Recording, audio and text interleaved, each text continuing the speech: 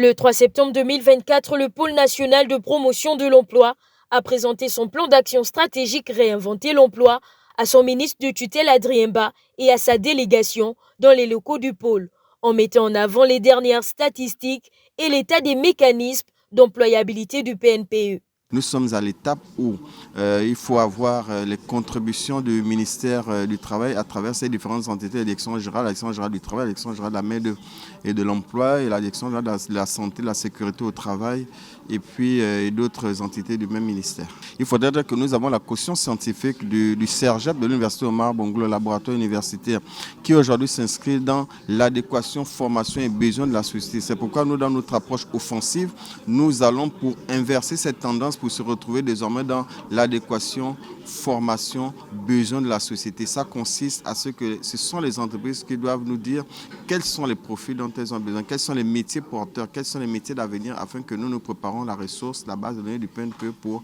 la mettre totalement en adéquation avec le milieu du travail privé. C'est conscient de la vision du président de la transition Brice Clotaire Oligui Nguema que le directeur général du Pôle national de promotion de l'emploi, puis Anne-Paulin Moussunda et ses équipes, ont mis en place le PASS PNPE 2024-2026 qui vise à créer des emplois en identifiant les ressources économiques, en réinsérant et en reconvertissant les demandeurs d'emploi et en promouvant des bassins d'activité avec l'aide de l'agence de communication P-Organise qui fait partie de ses partenaires pour ce projet. Le PNPE fait un travail exceptionnel et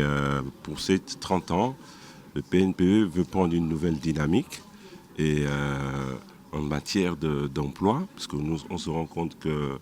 le nombre de chômage, notamment chez les jeunes, est en forte augmentation. Et c'est une excellente chose que le PNPE, notamment à travers son directeur général, dans l'équipe dirigeante, prenne ce sujet à cœur et veut mettre un nouvel élan, une nouvelle dynamique à travers ces nouveaux axes prioritaires. Et nous, secrétaire général qui représentons le gouvernement, on ne peut être que satisfait de ce qui est en train de se faire. Le ministre Adrien Ba a salué le travail du PNPE, recommandé des améliorations et encouragé le CERGEP à poursuivre sa collaboration avec le PNPE, notamment dans la formation et la reconversion des jeunes afin de mieux répondre aux exigences du marché de l'emploi. La séance s'est terminée par des interventions des conseillers et des responsables du PNPE qui ont présenté leurs difficultés et leurs attentes au ministre du Travail et de la lutte contre le chômage, Adrien Ba.